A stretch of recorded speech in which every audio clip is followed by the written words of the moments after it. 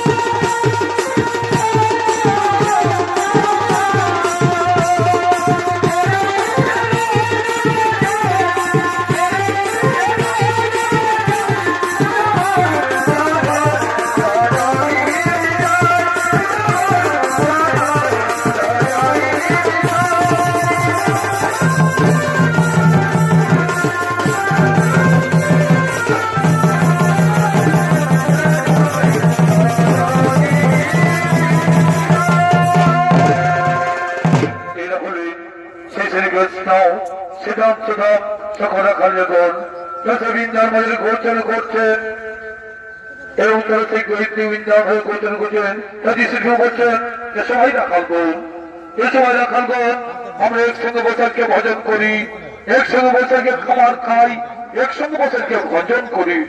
একসঙ্গে বসে সে বৃন্দার মধ্যে তারা ভজন করছে।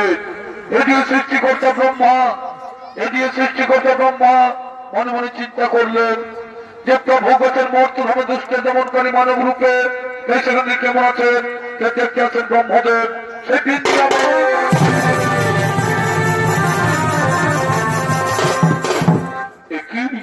একই সে বিভিন্ন নারায়ণ আজ মর্ত ধামে এসে গোচরণ করছে, একসাথে গোপ পালকের সাথে খাবার খাচ্ছে।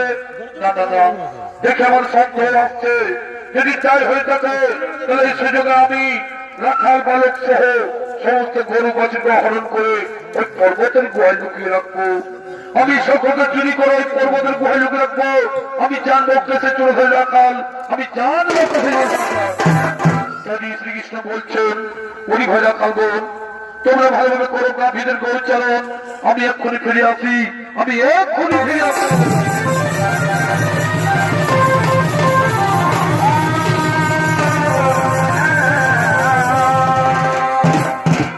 ব্রহ্মদেব লুকিয়ে লুকিয়ে দেখছেন, এটি ব্রহ্মদেব লুকিয়ে লুকিয়ে দেখছেন। এখানে তো শ্রীকৃষ্ণ নেই, এখানে তো শ্রীকৃষ্ণ নেই। এই সুযোগে আমি রাখাল বালক সহ সমস্ত গরু বাছুরকে হরণ করে ওই পর্বতের গুহায় লুকিয়ে রাখবো। আমি সকলকে চুরি করে পর্বতের গুহায় লুকিয়ে রাখবো। দেখি ভগবান শ্রীকৃষ্ণ আমার কি করতে পারে, দেখি ভগবান শ্রীকৃষ্ণ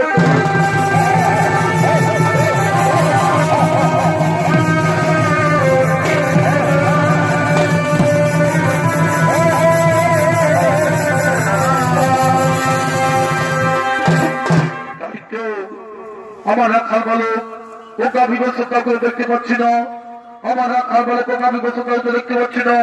তারা গেল কোথায়, তারা গেল কোথায়? আমাকে জানতে হবে যে সত্যি ঘটনাকে কোন দস্যু ওকে নিয়ে হরণ করে নিয়ে যায়নি তো। আমি ধ্যান যোগের লোককে এই কাজ করেছে, আমি ধ্যান যোগের লোককে এই কাজ করেছে। ও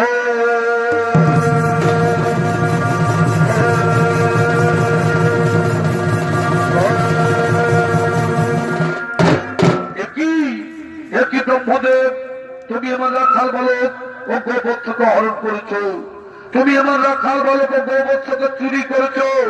আমার এই নামে ব্রহ্মদেবের তার কত ক্ষমতা? এই মহাপাপের শাস্তি তোমাকে দেব ব্রহ্মদেব, এই মহাপাপের শাস্তি তোমাকে দেব ব্রহ্মদেব, এই মহাপাপের শাস্তি শাস্তি দেওয়ার জন্য, এটি ব্রহ্মদেবকে শাস্তি দেওয়ার জন্য অনাদি নারায়ণ তিনি আর এক নকল ব্রহ্মা সৃষ্টি করলেন। তাই সেই নকল ব্রহ্মা সৃষ্টি করে তাকে ব্রহ্মার আসনে বসে দিচ্ছেন। তাকে নকল ব্রহ্মা অর্থাৎ তার রক্ষীগণ আসছেন সে ব্রহ্ম লোকের দিকে।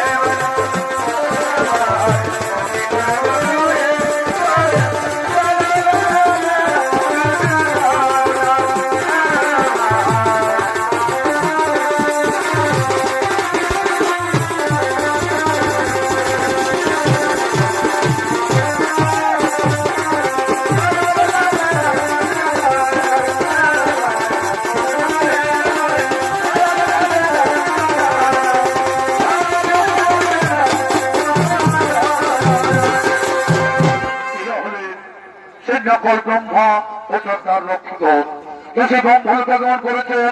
আরে সনদারিগণ, আরে সনদারিগণ, তোমরা এমন ভাবে তার রক্ষা করো যেন আমার এই ব্রহ্মকে প্রবেশ করতে না পারে। তাই হেবে প্রভু যথাযথ আদেশ আমরা অক্ষর করে পালন, তবু আদেশ আমরা অক্ষর করে পালন। সেদিকে নকল ব্রহ্মা তিনি সে ব্রহ্মার সাথে বসলেন, সে তার রক্ষীগণ সে তার রক্ষা করছেন। যদি আসল ব্রহ্মা তিনি গৃহে আগমন করেছেন, তিনি গৃহে ইনি হলেন আসল ব্রহ্মা, তিনি গৃহে আগমন করেছেন। ওরে দাঁড়ি, ওরে দাঁড়ি, তোমরা পর্দাটা দাঁড়িয়ে কেন? ছেড়ে দাও, আমি যাবো সে নিজের সিংহাসনে। কে তুমি? কে তুমি? সৃষ্টিকর্তা ব্রহ্মদেব উত্থান করে আমাদের ব্রহ্মলোকে আসছো। ওরে দাঁড়ি, আমি তো তোমাদের ব্রহ্মা, তার ছেড়ে দাও, আমি ব্রহ্মলোকে যাই। অসম্ভব, তা হতে পারে না। আমাদের ব্রহ্মদেবের সিংহাসনে বসে আছে। কি বললে? কি বললে? তোমাদের ব্রহ্মলোকে বসে আছে? আরে না না, সে ব্রহ্মা নয়, আমি হলাম তোমাদের আসল ব্রহ্মা। তোমরা আমায় চিনতে পারছো না? কেন ছলনা করছো আমাদের সাথে? বলছি তো আমাদের ব্রহ্মলোকে বসে সৃষ্টির কাজ করছে, আর তুমি এসে বলছো আমি ব্রহ্মা। আমার কিসে ভুলবার তোমার ছদ্মবেশ? যাও এখান থেকে বেরিয়ে যা বলছি। আরে ওখানে তোমরা আমায় তাড়িয়ে দিচ্ছ। যা জিজ্ঞাসা করেছো যে তোমাদের আসল ব্রহ্মাকে, ঠিক আছে আমরা জিজ্ঞাসা করে আসছি। ব্রহ্মদেব, ব্রহ্মদেব তোমার এই ভেষ ধারণ করেছে বলছে এই ব্রহ্মা, তাকে কি ভেতর আসতে বলবো? না না না না, আমি তো জানি না, আমি তো চিনি না, তাকে এখান থেকে বেরিয়ে যেতে বলো। তাকে না, তোমার ভেতরে যাওয়া যাবে না, তুমি এখান থেকে বেরিয়ে যা বলছি। তুমি কি আমার এই ঘর, আমার এই বাড়ি, এই ব্রহ্মলোকে বসে আছে এক ব্রহ্মা। আমি বুঝতে পেরেছি, আমি বুঝতে পেরেছি। আমি বৃন্দাবনে গেছিলাম ভগবানকে পরীক্ষা করার জন্য। সেই ভগবান শ্রীকৃষ্ণ নবলক্ষ গাভী ও তার সখাগুলো হরণ করেছি বলেই আমাকে পাপের ছেড়ে দিয়ে চলেছে। ওই কথাই ত্রিবেদা পদ্ম সংঘধারী অনাভিদ অনারদ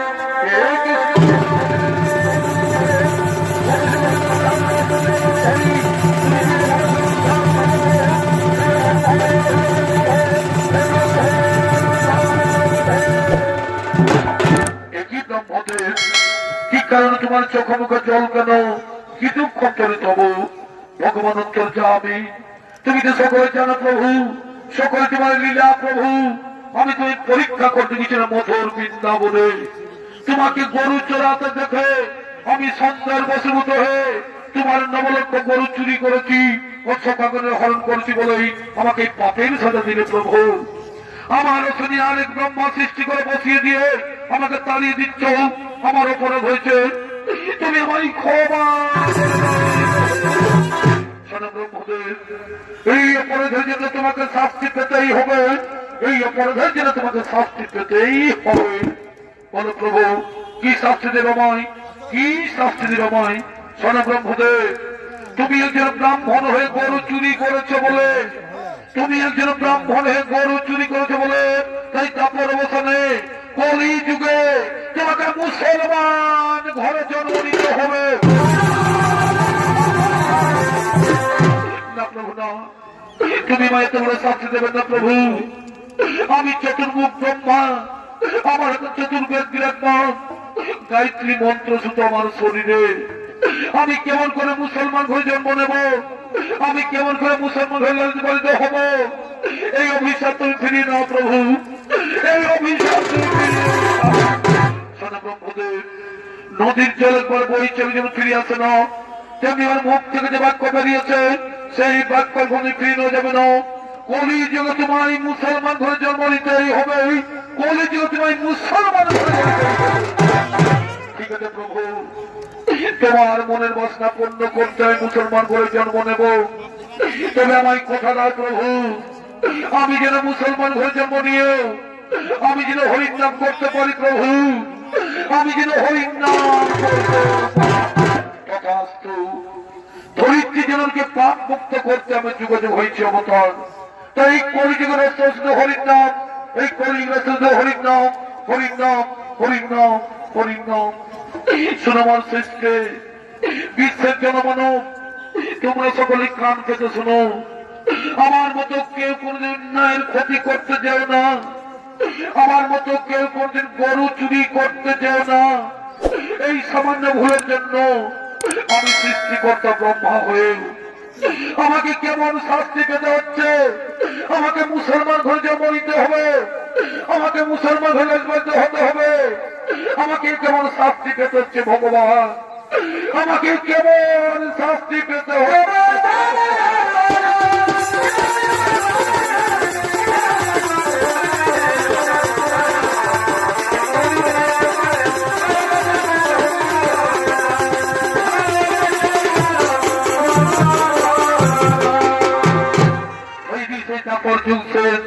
কলিযুগের আগমন, তাই সেই কলিযুগের খুলনা জেলা তথা বর্তমানে বাংলাদেশে অবস্থিত সেখানকার ঘটনা অবলম্বনে এই নাট্য তুলে ধরেছে।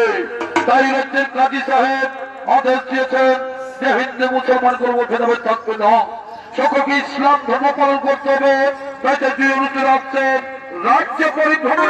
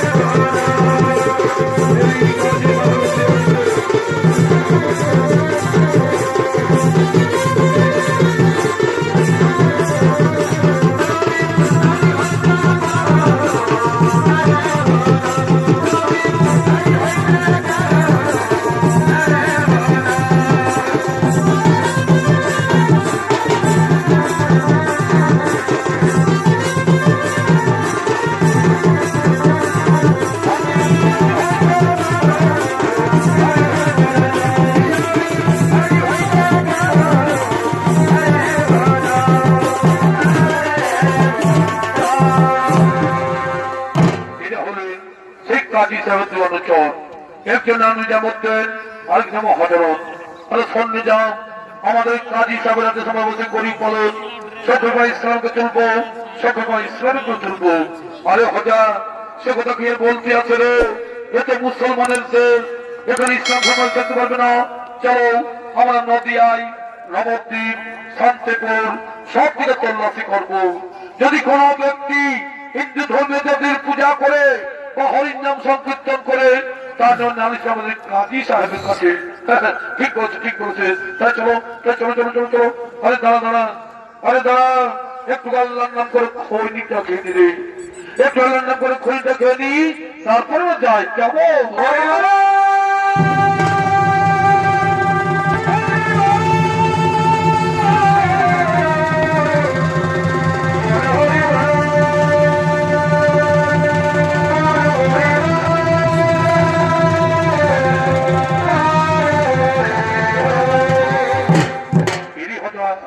এদিকে সব এদিকে লোকটা হরির নাম করছে রে, এদিকে লোকটা হরির নাম করছে।